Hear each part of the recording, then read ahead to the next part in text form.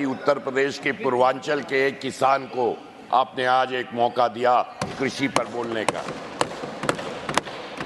आज मैं, और मुझे बड़ा गर्व है कि आज भी मैं किसानी करता हूं और खुद खेती करता हूं। बाकी जैसे लोगों के लिए खेत भले हो सकता है, पर खेत पे नहीं जाते हैं। मैं जब भी पडरौना में रहता हूं तो अपने खेत पे जरूर जाता हूं, और रोजाना मेरा परिवार का व्यक्ति कोई खेती करवाता है। तो आज आपने एक पूर्वांचल के व्यक्ति को एग्रीकल्चर पे बोलने का मौका दिया, इसके लिए मैं आपको हृदय से धन्यवाद देना चाहता हूं। बड़ी बातें हमने विपक्ष के बारे में सुनी। मैं सिर्फ कुछ चंद बातें, क्योंकि आंकड़े जो मदन राठौर जी ने दिए हैं मुंह बंद करने के लिए वो बहुत है, तो उससे ले ज़्यादा आंकड़ों के सामने मैं ज़्यादा कहना नहीं चाहता हूं। पर मैं समझना चाहता हूं और आपको बताना चाहता हूं कि तीसरे बार हारने के बाद अब हम 3-4 चीज़ों की ही बात विपक्ष से सुनते हैं, और जैसे तीसरे बार नरेंद्र मोदी जी की सरकार बनी है तो अब इनको अन्नदाता भी याद आता है, क्योंकि अन्नदाताओं ने ही इनको 3 बार विपक्ष में रखा है। आज पिछड़ों की बात इनको याद आती है, एमएसपी की बात याद आती है।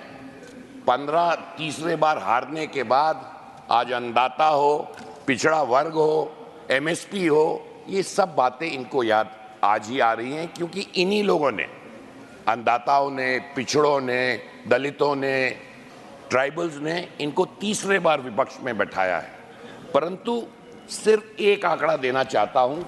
बड़े बड़े फिगर्स विपक्ष ने बताया कि हमने ये इतना कम हो गया, उतना ज़्यादा बढ़ गया, ये हो गया। 2013 और 14 में बजट एलोकेशन खेती के लिए कितना था, इस पे कोई चर्चा नहीं था। इसीलिए तो मैं यहाँ हूँ, खेती और ओबीसी और बाकी लोग के जो आप लोग की कार्रवाई है, इसकी वजह से मैं यहाँ इधर उपस्थित हूँ, समझे। और सुनते जाइए 2013-14 में कितना था एलोकेशन मैडम? 21,934। 21,000, चलिए 22,000 मांग लेते हैं। 22,000 करोड़ इन्होंने खेती के लिए आवंटन किया था, और इस बार कितना किया है? 1.5 लाख करोड़ से ज्यादा, 5 गुना। कितना सुनाई दिया भैया? कितना? 5 गुना। कितना भैया जयराम रमेश जी, कितना? 5 गुना। हाँ। और वो लोग किसानी पे बात कर रहे हैं जिनको तोरा और तोरी में फर्क नहीं पता चलता है। किसानी पे वो बात कर रहे हैं कि तोरा और तोरी का रंग क्या होता है, वो बातचीत नहीं कर पाएंगे। और मैं एक हरियाणा के नेता कह रहे थे कि भाई एमएसपी का क्या हुआ, हमारे सरकार ने सिर्फ 23% गेहूं खरीदा। अरे भैया, इनको अगर गेहूं की खेती करते तो जो सबसे गरीब किसान भी होता है, गेहूं बोता है, तो साल भर के लिए अपना गेहूं पूरे साल के लिए रख लेता है घेली में। अब इनको गेहूं कभी बोए हो तब तो जाने, तो सारा एमएसपी कैसे दे देंगे? अरे ये छोटा किसान हो, बड़ा किसान हो, अरे भाई जो किसान है चौधरी साहब, खेती करते हैं तो कुछ घरवा पे रखल जाला ना गेहूं धनवा, या सारा एमएसपी में बटा जाला? कमाल बाकी कैसे एमएसपी में 23% उठाया, उतना नहीं उठाया। मैं तो पूर्वांचल से आता हूं, गन्ना किसान खुद हूं। आज जब से केंद्र और प्रदेश में, हाँ भाई, मेरे पिताजी थे राजा, अब कोई राजा नहीं है, आप अपने को राजा बनाते रहो। नहीं मत बोलो सर। मैं आपको साफ तौर से बताना चाहता हूं, ये भ्रम की राजनीति करना चाहते हैं।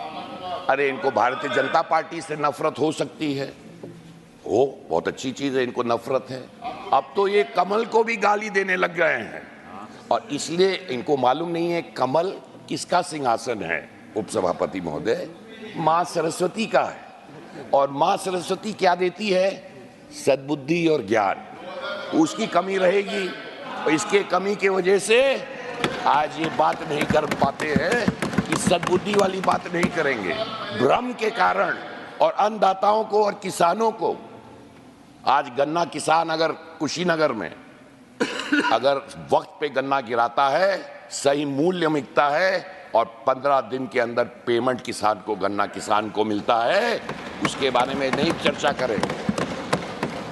मैं साफ तौर से तमाम और मुद्दे थे, पर तमाम लोगों ने, हमारे नागर साहब ने भी बहुत विस्तृत जानकारी दी। फसल बीमा योजना की बात हुई, उस पर चर्चा नहीं करी। कमियां हैं। अरे भाई, तुम्ही ने फसल बीमा योजना कर दी होती, फसल बीमा योजना क्यों नहीं की? आपने किसान क्रेडिट कार्ड में कितने पैसे दिए? आपने सॉइल हेल्थ कार्ड कितने दिए? आपके टाइम में अच्छा सॉइल हेल्थ कार्ड तो होता ही नहीं था आपके टाइम में, क्योंकि खेती से क्या मतलब है, भाषण देने रहता है। आज 23 लाख से ज्यादा लोगों के पास सॉइल हेल्थ कार्ड है। और किसान सम्मान निधि के बारे में तो इन्होंने चर्चा ही नहीं की। ये अच्छा कार्यक्रम है, खराब कार्यक्रम है? विपक्ष ने इस पर कोई चर्चा नहीं की। 11 करोड़ किसानों को आज 3.20 लाख से ज्यादा किसानों को पैसे मिल रहे हैं। उसके बारे में क्या अच्छा कार्यक्रम है, खराब? ये कौन सी कार्यक्रम है? इस पे कोई चर्चा नहीं है, क्योंकि इनको किसानों से मतलब नहीं। इनको सिर्फ अगर मतलब है किसी तरह भ्रम से, अंत में, समय मेरा खत्म हो गया, अंत में यही कहना चाहता हूं कि मैं माननीय कृषि मंत्री से कहना चाहूंगा, और हमें पूरा भरोसा है, जिस तरह आपने मध्य प्रदेश की खेती को बदल के पंजाब से आगे ले गए थे, इसी आने वाले समय में जिस तरह नरेंद्र मोदी जी के 10 सालों में उनके धन्यवाद सम्मानीय सदस्य, देश की खेती को आप आगे ले जाने का काम करेंगे, मुझे पूर्ण विश्वास है माननीय मंत्री। एक मान मैं करना चाहता हूं, पूर्वांचल से आता हूं।